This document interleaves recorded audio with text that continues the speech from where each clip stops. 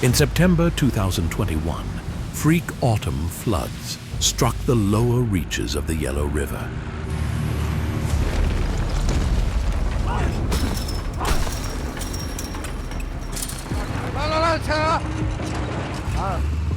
Jang Fay, captain of the emergency response team from the 1st River Administration Bureau of Kaifeng, sprang into action, leading his team in efforts to shore up the riverbank. However, on the night of October 21st, the situation deteriorated when a section of the levee at Heigangkou storage reservoir in Kaifeng collapsed.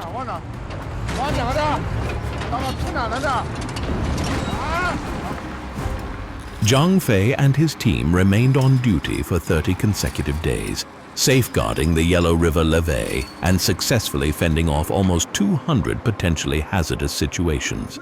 A native of Kaifeng, Jang Fay comes from a family with 3 generations of experience in Yellow River water management. As a frontline emergency commander, he knows the hydrological conditions of the Kaifeng section of this river like the back of his hand. 都说一条大河向东流，但是这个地方它是基本上从正北方向过来，在这儿拐了个90度的弯向东走了。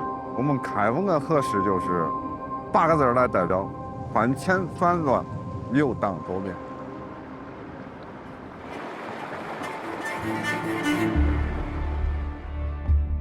As the floodwaters recede and the silt settles, telltale erosion patterns remain on the riverbank, emblematic of the untamed character of the Yellow River. As the river with the highest sand content in the world, the Yellow River deposits vast amounts of silt in its channel, raising its riverbed above ground level and creating a hanging river. Kaifeng is located in an area that is most representative of this phenomenon. Historically, Kaifeng has been subjected to repeated trials and tribulations by the Yellow River. Yet after each flood, this land has always sprung back to life and prosperity. Kaifeng stands as a monument to the efforts of generations of people who've contended with the Yellow River. And though the river remains voiceless, it mirrors the resilience and courage of this land and the Chinese people.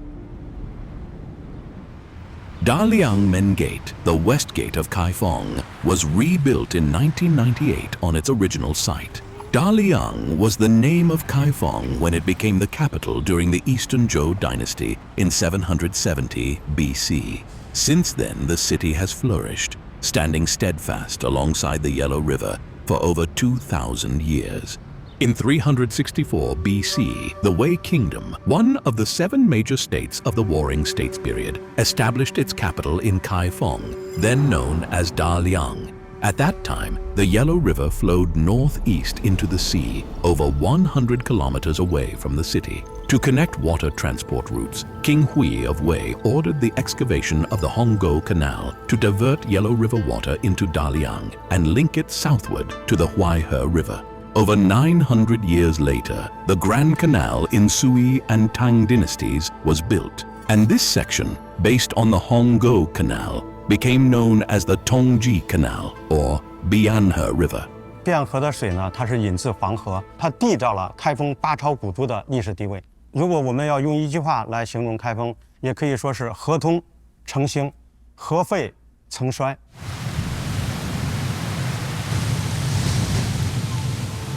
The Yellow River flows into the Bianhe River, propelling Kaifeng as a historical hub for grain transport via water routes. In 960 AD, the northern Song Dynasty established its capital in Kaifeng. The city's golden age was about to begin.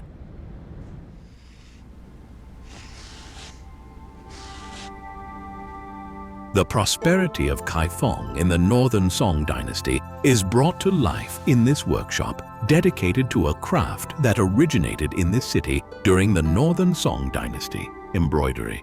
Since Kaifeng was then called Bianliang, the craft was named Bian Embroidery. 一根丝线要破到30多根，破的比头发丝还要细。Wang Suhua began learning bian embroidery in 1957. 60 years on, practicing this art has become part of everyday life for her. 现在的眼有点吃力，但是呢，我每天离不开针，离不开线，离不开段子，老祖宗留下的刺绣艺术传承下去。Not only does Wang Suhua carry on techniques from the northern Song Dynasty, but her delicate needlework also brings to life Kaifeng scenes from 1,000 years ago. She and her family spent 6 months embroidering this long scroll based on the classic painting Along the River during the Qing festival. In 1101 AD, the painting Along the River during the Qing festival by Northern Song artist Jang Fay was added to the imperial collection by Emperor Huizong. The 5-meter-long scroll vividly depicts bustling scenes along the banks of the Bianhe River during the Northern Song Dynasty. While the painting is widely known, few understand the origin of its title.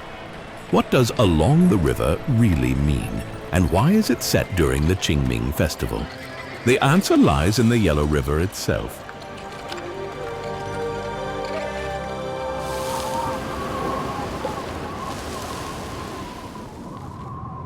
Every winter, the Yellow River would freeze, cutting off the Bianhe River's water supply and halting grain transport. 每年的冬季呢，汴河每年大概有1/4的时间，它是要停航的。第2年春天，第一批漕船从东南沿海运达开封城的时候，大概是在每年的清明前后。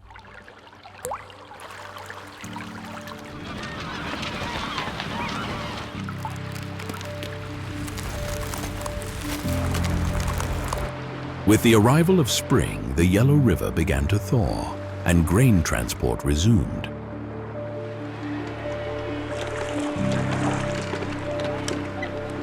Boat convoys laden with goods headed north along the canal.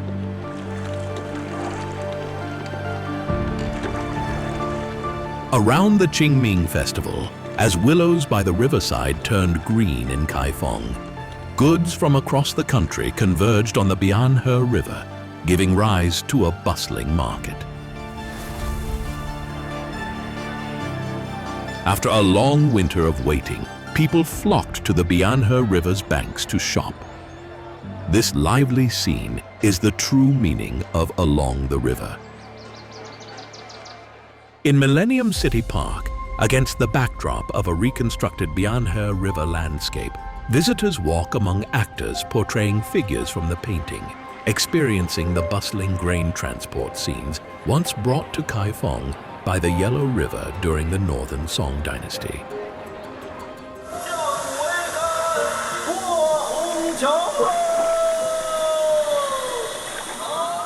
According to historical records, over 6,000 grain transport boats traveled along the Bianhe River annually during the Northern Song Dynasty, delivering up to 536 million liters of grain to the capital Kaifeng, enough to feed nearly 1.5 million people. The thriving waterway transport spurred a boom in commerce. At the same time, nighttime consumption began to rise, marking a shift that still influences daily life for every Chinese today. 在北宋之前，我们的先人一天只吃2顿饭的，但是北宋时期由于有了夜生活，作息时间拉长了，所以这个饮食习惯呢也有古代的1日2餐改为了1日3餐。那么在这种背景下呢，在北宋东京城，也产生了很多的夜市。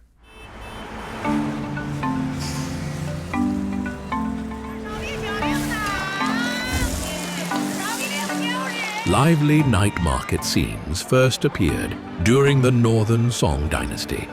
Unlike the preceding Tang Dynasty, which strictly regulated trading hours and locations, the Song government relaxed many commercial restrictions. As a result, night markets of various sizes flourished in streets and alleys. Historical records describe a typical Northern Song night as follows. night markets stayed open from 11 p.m. to 1 a.m., then reopened from 3 a.m. to 5 a.m. For those seeking bustle, the city never slept. At Millennium City Park, the final live performance of the day, Song Dynasty Dongjing Dreaming About Diversity, is underway. Through the bustling street scenes recreated on stage, we catch a glimpse of that distant era. During the Northern Song Dynasty, Kaifeng was the world's most populous and economically advanced city. As the capital, it spearheaded national development and ushered in unprecedented commercial prosperity for the Northern Song Dynasty. For the first time, commercial taxes surpassed agricultural taxes, accounting for as much as 70% at their peak.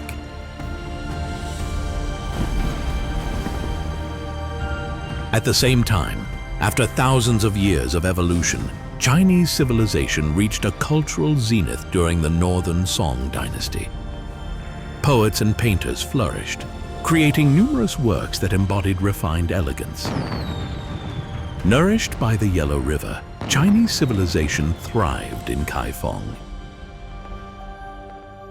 Yet, time and time again, the very same river that brought Kaifeng prosperity threatened the city's survival. Zhongshan Road forms the central axis of Kaifeng, and midway along it lies a historic site that reveals how the Yellow River has repeatedly shaped the city's past.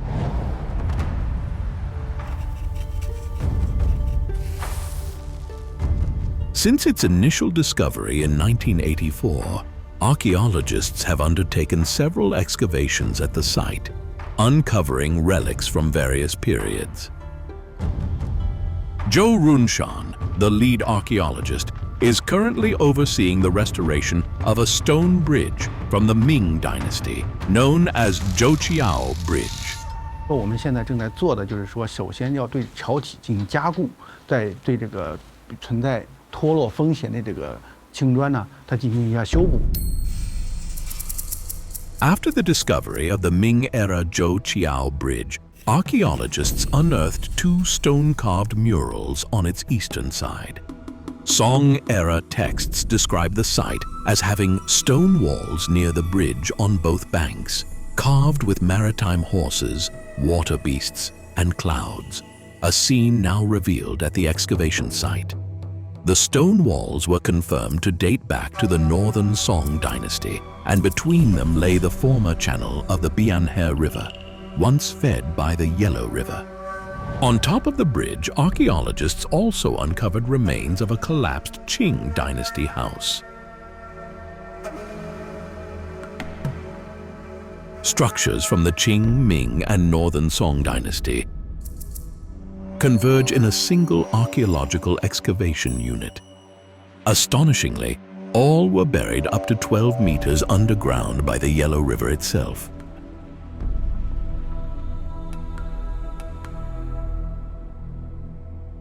Kaifeng 与黄河的关系是非常密切的，黄河水来一次，我基本上只要进到那城，全部都是灭顶之灾。灭顶之灾了之后呢，它又形成了就是厚厚的淤泥层，把整个当时的一个场景全部给压到这个下面了。地下11米应该是战国时期的大梁城，那么到了8米到10米的时候呢，这一层呢也比较明确，那就是北宋东京城。有5到6米的这一层呢，又是明代的开封城。到清代的地层呢，大概是4、5米。这个也从侧面反映了历史上不同时期黄河对开封这座城市所造成的特大的影响。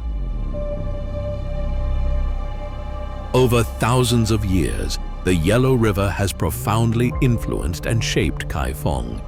During the Northern Song Dynasty, this river nourished the land and brought vitality. But it was at this time that the river also began to reveal its destructive power. In the early Northern Song Dynasty, the Yellow River flowed northeast into the Bohai Sea, with its channel over 100 kilometers from Kaifeng. As soil erosion worsened in the middle reaches, downstream flooding became increasingly frequent. Eventually, the river split into two outlets to the sea, and its meandering flow hastened the dynasty's decline. In 1127 AD, the Jurchen Jin army invaded from the north and captured Kaifeng, marking the fall of the northern Song Dynasty. A year later, Jin forces returned and attacked Kaifeng once again. Upon receiving the news, Du Chong, the regent of Kaifeng, in an attempt to halt the Jin advance, ordered the Yellow River dikes breached near Shunxian County in Henan Province, northeast of Kaifeng.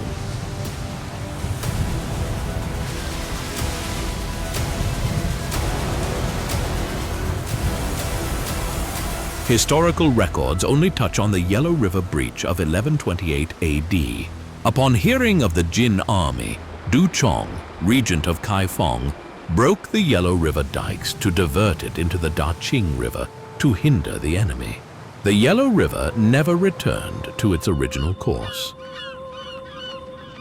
These few words precisely describe the Yellow River's fate after the breach. Its route to the sea would no longer be via a northeasterly channel, but rather by a southward one. For over 700 years, the Yellow River split into multiple distributaries that flowed into various tributaries of the Huaihe River, ultimately reaching the Yellow Sea via its channel. This phenomenon is known as the Yellow River capturing the Huaihe to reach the sea. After this change of course, the Yellow River became increasingly unpredictable, only gradually shifting southward toward Kaifeng. In the year following the river's change of course, the Song imperial court retreated south and established its capital in Hangzhou, Zhejiang province. To escape the war, countless people from the Central Plains followed the erosion-marked course of the Yellow River, leaving their homeland for the south. Those who once depended on its waters journeyed far, spreading the legacy of the Yellow River civilization.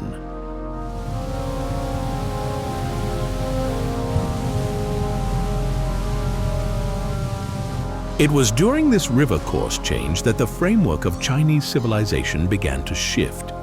For millennia, the east-west axis of civilization shaped by the Yellow River system had supported capitals like Xi'an, Luoyang, and Kaifeng, and so it was that Kaifeng eventually lost its capital status. Although the civilizational axis began to shift, the relationship between Kaifeng and the Yellow River remained as strong as ever. In 1271 AD, as the thunder of galloping hooves echoed across the Eurasian continent, Mongolian tribes from the northern grasslands established the Yuan dynasty, the largest territorial empire in Chinese history, and set its capital in Beijing. From that point, the axis of Chinese civilization shifted to a north-south orientation. The Yuan dynasty then faced a political challenge so urgent that it amounted to an existential crisis.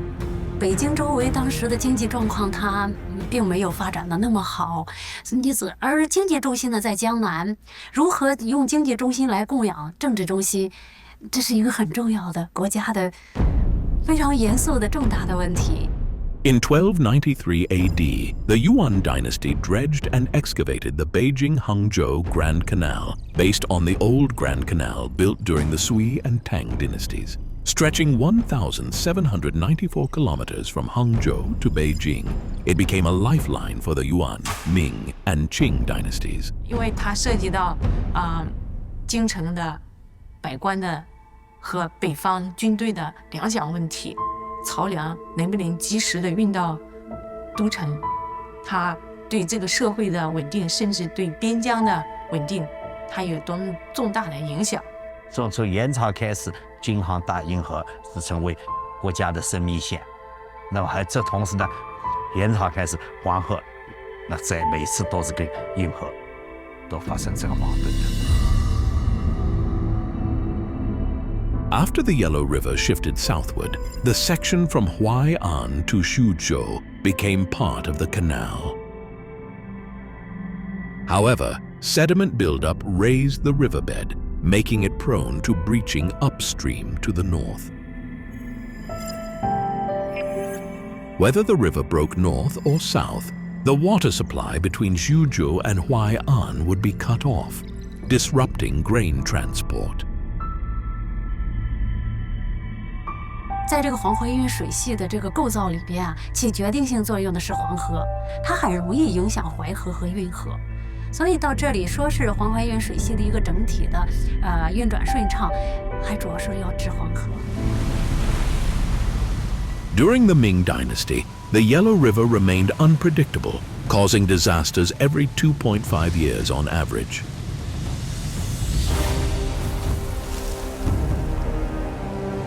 In July 1565 AD, the Yellow River breached its dike in Peixian County, Jiangsu Province. Historical records note that over 114 kilometers of canal were silted up, halting grain transport. A 44-year-old official named Pan Jixun began his career in river management. Over 27 years, Pan Jixun successively led 4 major river control projects. Through years of exploration, he identified sediment as the root cause of the Yellow River's problems and proposed a strategy of controlling the river, clearing sediments by means of converting flow. 他的想法就是，通过修筑，黄河两岸系统的堤防，把黄河河道疏窄，继而呢就是加大黄河的水流流速，提高泄沙能力，从而呢，实现排沙、刷槽这样一个效果。This map clearly illustrates the measures for clearing sediments by means of converting flow. This curved line represents the Yellow River, and the lines on either side are levees. By building levees close to the riverbanks to narrow the channel, Pan Jixun concentrated the water's force to scour away sediment. In addition, he implemented another measure targeting the most complex section of the Yellow River Huaihe River Grand Canal water system, the Qing section. The Qing section was where the Yellow River, Huaihe River, and Grand Canal converged. Downstream, the Yellow and Huaihe rivers shared the same outflow to the sea. But sediment deposited here by the Yellow River caused 2 problems. It both disrupted grain transport and blocked the Huaihe River's eastward flow to the sea. In the low-lying southwest of the Qing section, the backed-up Huaihe River water eventually formed a huge lake, Hongze Lake. On the eastern shore of Hongze Lake stood a levee, originally the Hanhui Weir of the Han Dynasty, which was transformed into the Gaojia Weir under Pan Jixun's leadership in the Ming Dynasty. As shown on the map, the constructed Gaojia Weir channeled all Huaihe River water into Hongze Lake. As lake levels rose, clear water from the Huaihe River could flow freely through the Qing section, flushing downstream Yellow River silt. This strategy was called storing clear water to flush Yellow River silt. From clearing sediments by means of converting flow to storing clear water to flush silt, Pan Jixun's river management ideas were ahead of their time and have been passed down to this day.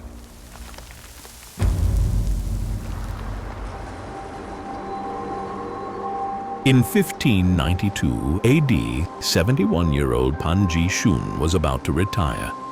In a report to the emperor, he reflected on his decades of experience managing the Yellow River. I worked by this river from middle age till old age, from morning till night. Even after retirement, no longer serving the state, I still care about this river.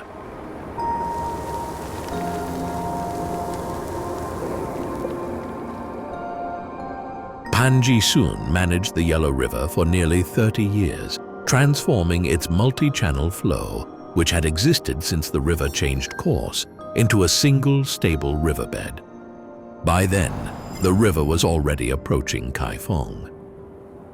潘金县治河之后，黄河与开封城的距离大概有7、8公里的样子，黄河与开封的关系也越来越密切。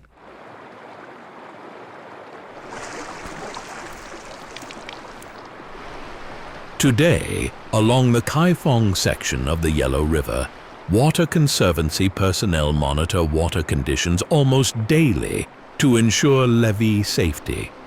The river now lies over 10 kilometers from the city, but during the Ming Dynasty, it flowed much closer to Kaifeng, bringing the most severe flooding in Kaifeng's history.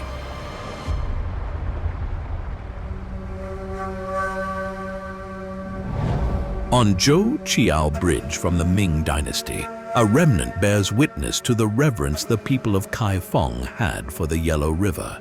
Research suggests that this surviving wooden stake was once a threshold, while the building foundation where it stands was once a temple dedicated to the river god. 作为整个开封来说，它这个与黄河相依相存，所以说它这个作为一个庙宇，它建到这个桥梁之上，建到河边，也有这种祈求祈求保佑这种观念。 Belief in a river god dates back to the prehistoric era. Starting in the Ming Dynasty, as flooding worsened, people increasingly projected this deity onto a specific general responsible for flood control. However, devout faith could provide only spiritual comfort. In the late Ming Dynasty, Yellow River floods became frequent again, and Kaifeng experienced the most catastrophic breach in its history.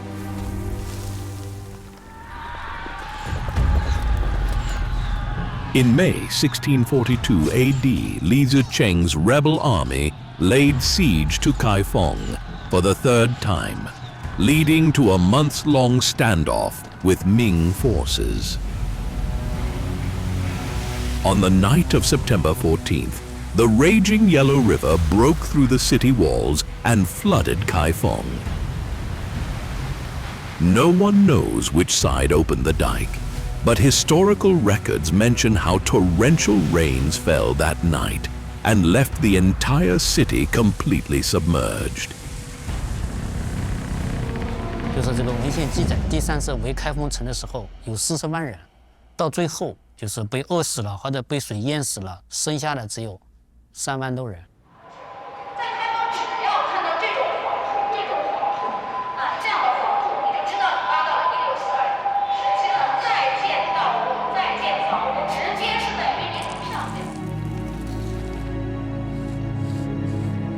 This archaeological excavation unit is part of the Bianhe River Channel. Over 10 meters of stratified deposits contain strata from the Song, Jixun, Jin, Yuan, Ming, and Qing dynasties.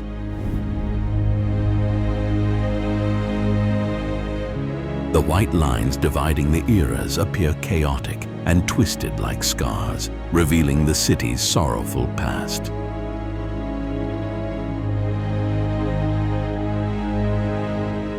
我们这个成过程就是说我们现在说的就是说很轻松，真正的你要是了解整个了之后，发掘出来了之后，确实是感觉到心里边很不舒服的，就是人类当时在那个场景下，在这个大自然这个洪水灾难的这种场景，是很渺小的。 North of Kaifeng stands an ancient pagoda from the northern Song Dynasty. Its brown glazed tiles appear iron-colored from afar, giving it the name Iron Pagoda.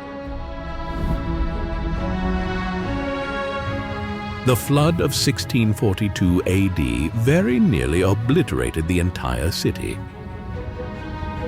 Yet the Iron Pagoda stood firm, becoming one of the few structures to survive the catastrophe. Like the pagoda itself, some things can never be erased.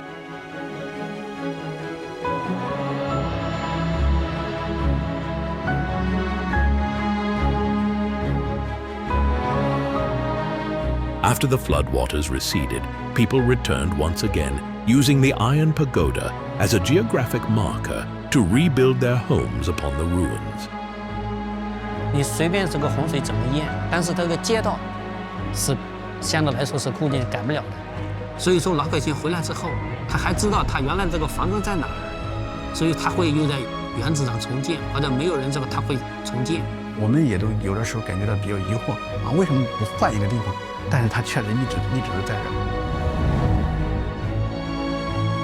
During those harsh times, the Iron Pagoda stood like a beacon, warmly waiting for people to return and guiding them home.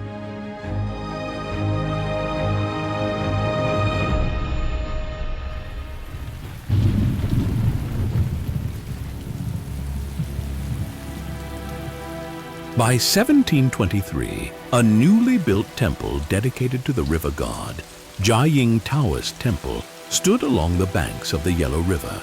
Commissioned by Emperor Yongjing of the Qing Dynasty, it also served as the Qing government's office for river control. Viewed from above, the structure known as the Imperial Stele Pavilion resembles a Qing Dynasty crown. For emperors of that era, the rise and fall of the Yellow River were closely linked to national stability and imperial authority. Inside the pavilion stands a 431-character stele inscribed by Emperor Yongjing, describing the critical link between the Yellow River, the Grand Canal, and imperial rule. The Yellow River, with its distant source, winds through China for thousands of kilometers. But where it intersects the Grand Canal, it threatens grain transport ships, becoming a grave concern for the nation and the people's livelihood.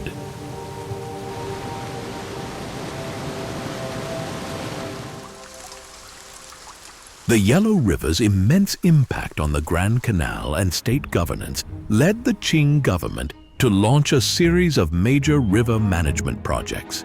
Hydraulic engineering maps from the time, densely marked with works, reflect heavy investment in flood control.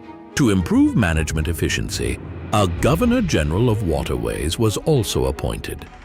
雍正时期设了4个总督，一个河道总督，一个南河总督，一个东河总督，还有一个漕运总督。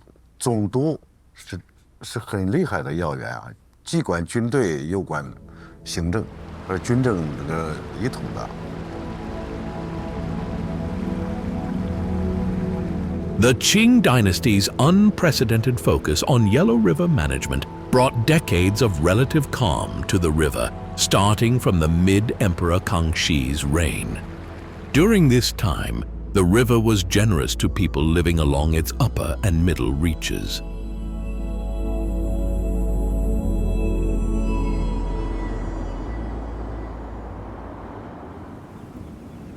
In October, the Hertao Plain enters harvest season.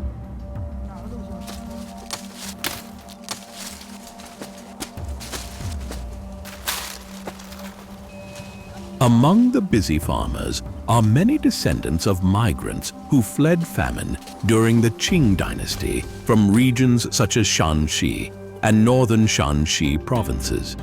Their ability to settle and build new lives here was made possible by the nourishing water of the Yellow River.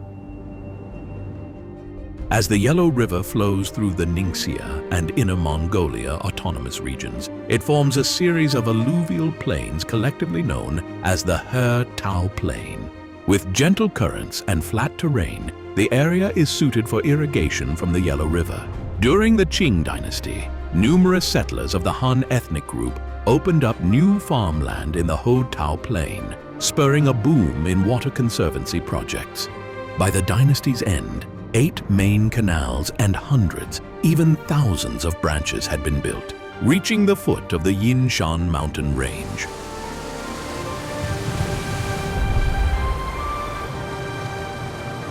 Today, the Hertao irrigation area in Inner Mongolia is the largest plain irrigation zone in Asia and one of China's 3 mega irrigation districts. The Yellow River, however, has done more than miraculously create fertile lands in arid regions.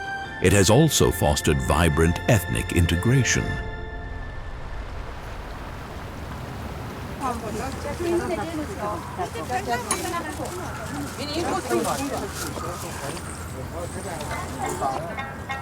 After the busy autumn harvest, Mongolians along the Yellow River gather to enjoy the farming off-season.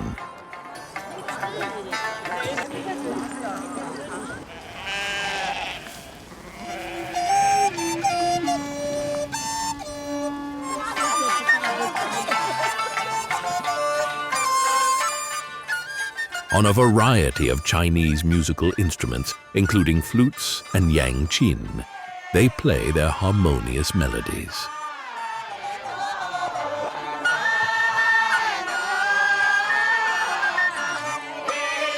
During the Qing dynasty, influenced by Han migration patterns, Mongols in the He-Tao plain adopted a semi-pastoral lifestyle, spending some of their time herding and some of their time growing crops. Gradually, Mongol and Han musical traditions became fused here. Nourished by the same great river, the cultures of the two ethnic groups have continued to blend and enrich one another.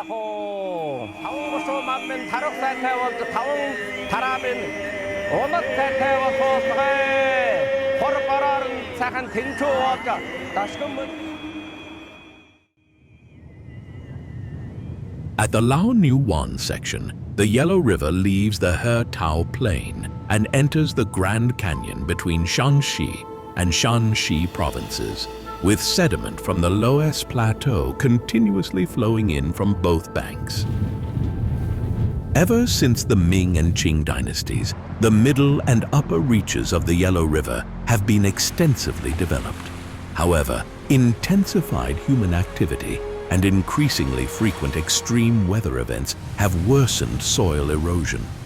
The accumulation of sediment in the river's lower reaches became the root cause of flooding.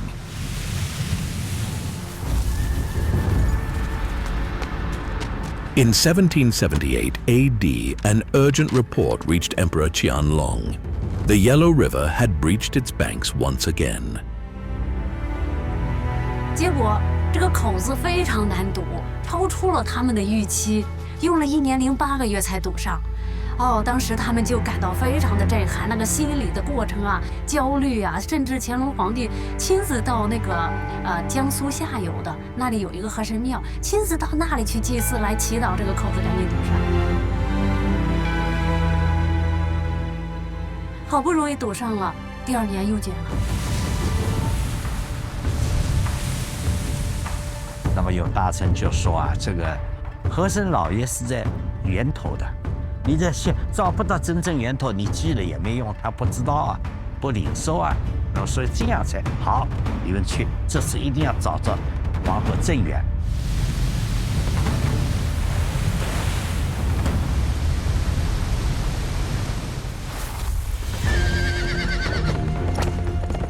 In 1782 AD, a bodyguard named Amida was commissioned by Emperor Qianlong to explore the river's source in Qinghai province.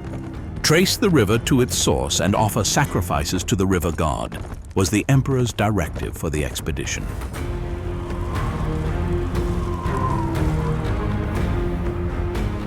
The Yuegu Zhonglia Basin is the source of the Yellow River, where 3 winding streams converge here to form its headwaters: the Yuegu Zhongliachu River, Karichu River, and Jiachu River.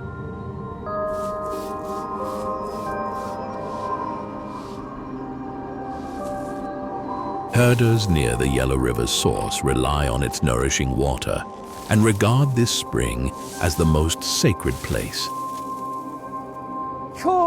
They burn juniper branches as a ritual offering to honor the river and express their wishes. Historically, there were various theories about the source of the Yellow River. Over time, expeditions sent by Kublai Khan of the Yuan dynasty and Emperor Kangxi of the Qing dynasty brought people closer to identifying its true origin.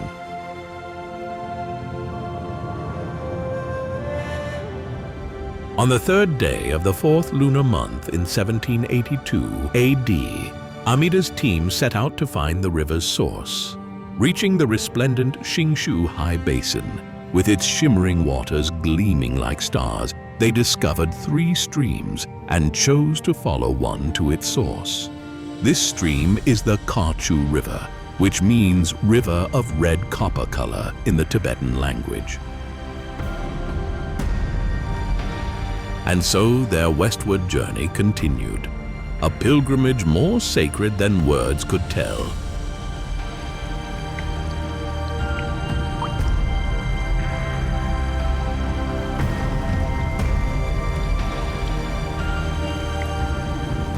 Historical records show that Amida and his team performed a Tibetan Buddhist ritual sacrifice, praying for peace at the Yellow River's source. Yet the situation on its lower reaches remained turbulent, in all sense of that word.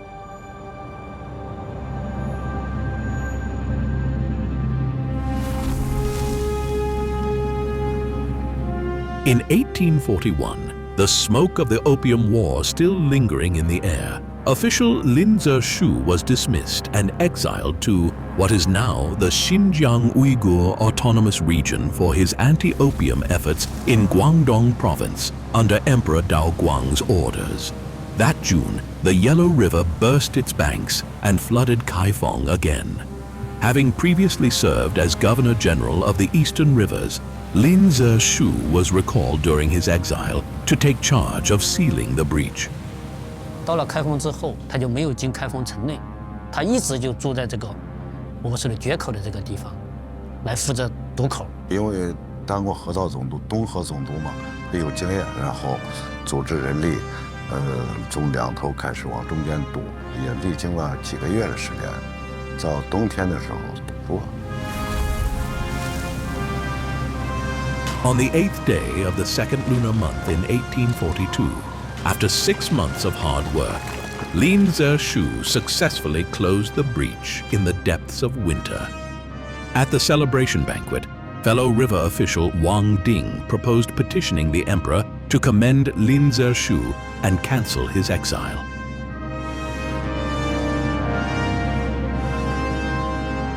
But before the feast ended, an imperial decree arrived, ordering Lin Zexu to resume his exile in Xinjiang.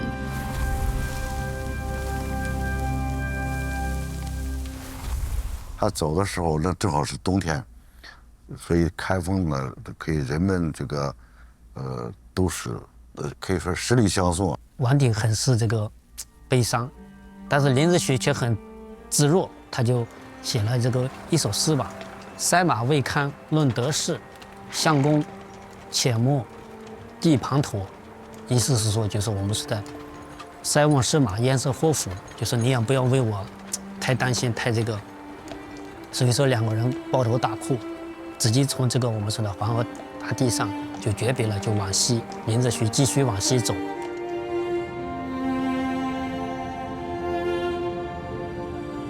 We don't know whether Lin Zexu looked back at the Yellow River as he set off from the levee that day.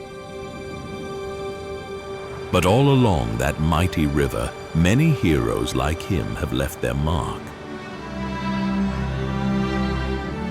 In every era, there are always those who brave the storms and confront the Yellow River's challenges head-on.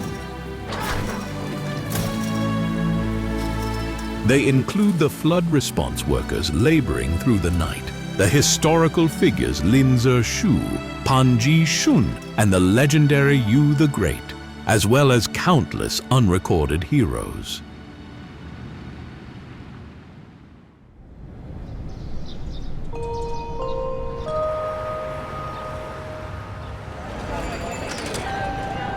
Kaifeng, a city destroyed by the Yellow River's floods and rebuilt time and time again, always greets a new dawn.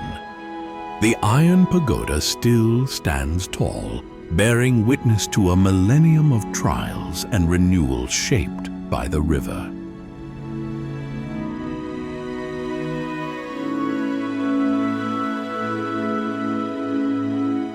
During the northern Song Dynasty, the Yellow River fed the Bian her river, where stone carvings of auspicious clouds and beasts reflected in the lantern and moonlit waters. This boat lantern once held a candle to guide passing boats. In the Ming Dynasty, bridges and temples were built by the Bianhe River until the Yellow River buried them all in 1642 AD. In the Qing Dynasty, smoke from cooking fires once again rose along the Bianhe River. But in 1841, the Yellow River flooded Kaifeng again. Houses, soaked by the floodwaters, collapsed suddenly, and some left behind roof tiles still neatly aligned.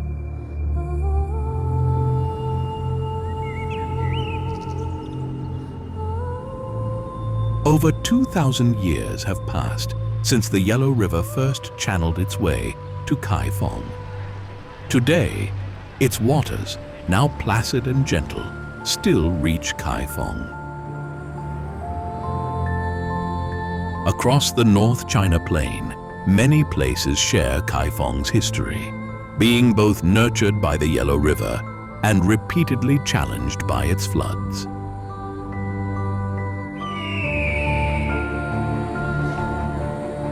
Now the great river lies calm, and life flourishes on lands that were once ravaged by floods.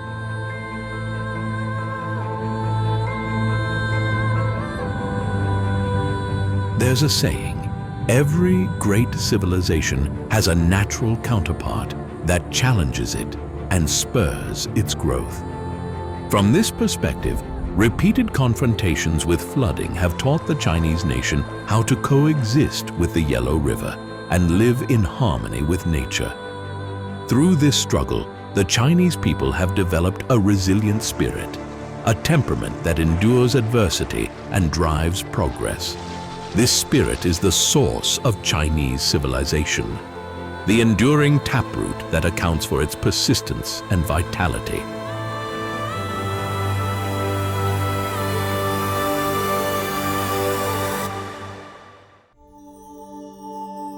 黄河水